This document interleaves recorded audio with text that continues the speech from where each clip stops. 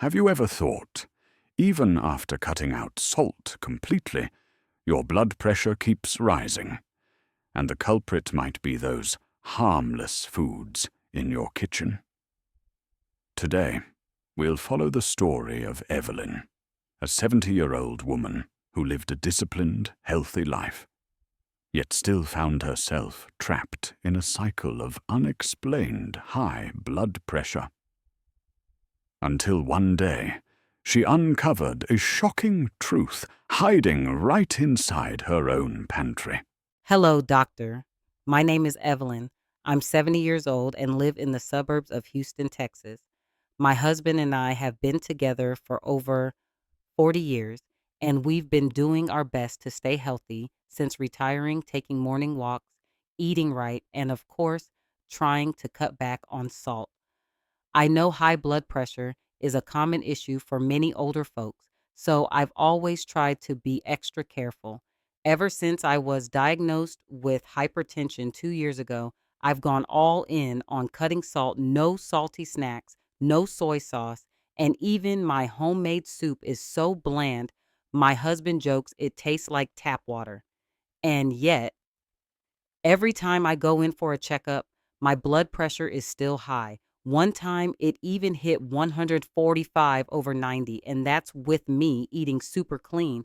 I'm starting to feel really confused. I've already cut out salt, so why is my blood pressure still going up? Lately, I've also noticed I wake up most mornings with a slight headache and this weird feeling like my heart is beating a bit fast. I thought maybe it was just from not sleeping well. But when the doctor said it could be something you're eating every day without realizing it, I was honestly stunned. I've stopped eating salty foods, but maybe I've been missing something? Mrs. Evelyn, first of all, I really appreciate how committed you've been. Cutting back on salt is a big step, but unfortunately, it's not the whole picture. Most seniors think of table salt when they hear high blood pressure, but here's the tricky part. Sodium doesn't just come from the salt shaker. It hides in so many everyday foods that seem completely harmless.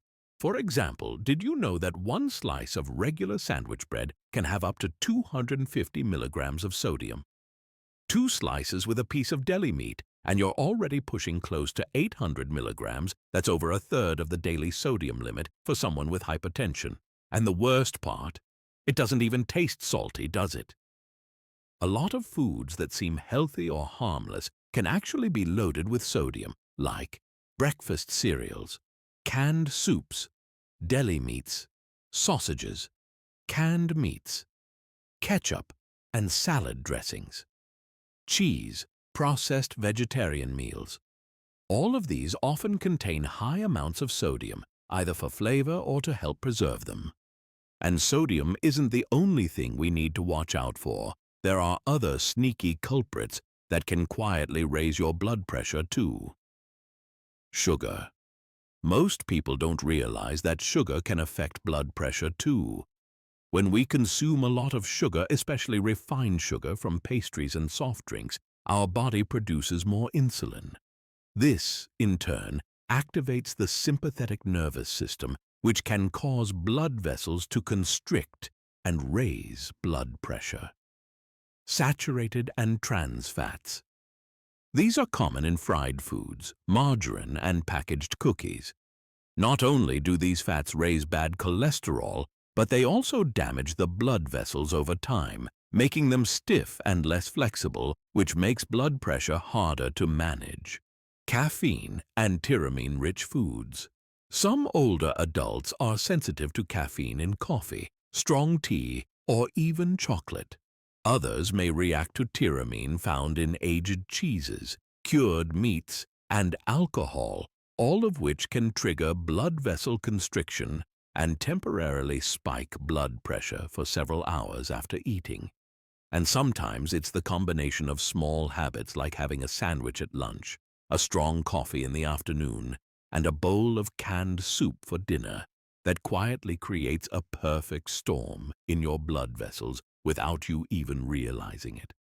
That's why, even if you've cut out salt, your blood pressure may still be high, because the real culprits might be hiding behind sweet flavors, convenience, or those comfort foods we rely on every day.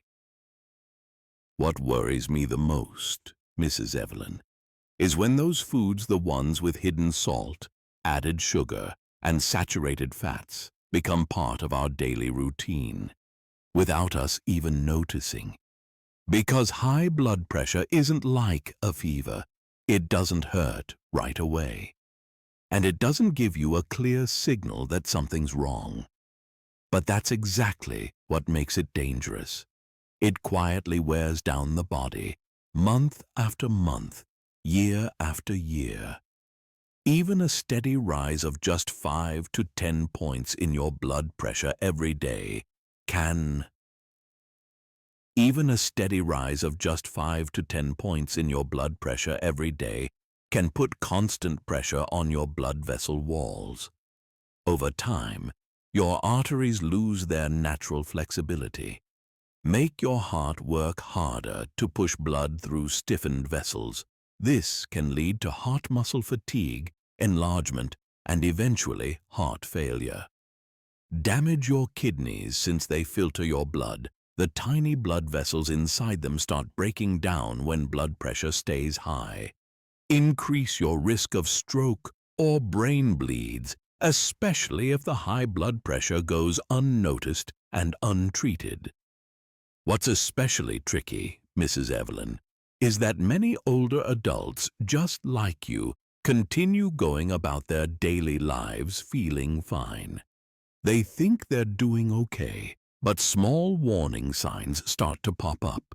Feeling lightheaded when standing up, vision blurring briefly, then clearing, restless sleep or waking up startled in the middle of the night, heartbeat speeding up or slowing down irregularly. These might seem like nothing at first, but when they come together, they're your body's quiet way of saying, "Something's off. Please pay attention." These signs are often brushed off, blamed on aging, poor sleep, or just general fatigue. But in reality, they're like small warning bells from your cardiovascular system, quietly signaling that your blood pressure is off balance. And the sad truth is, if we don't catch those signals early, the damage keeps building up. By the time we realize something's wrong, it might already be too late, like in the case of a stroke or sudden kidney failure. So, Mrs. Evelyn, the goal isn't just to cut back on salt. It's about truly understanding which foods are silently harming your blood pressure each day so you can take control before the consequences become serious. The good news is, Mrs. Evelyn, you don't have to give up all your favorite foods or eat bland, boring meals for the rest of your life.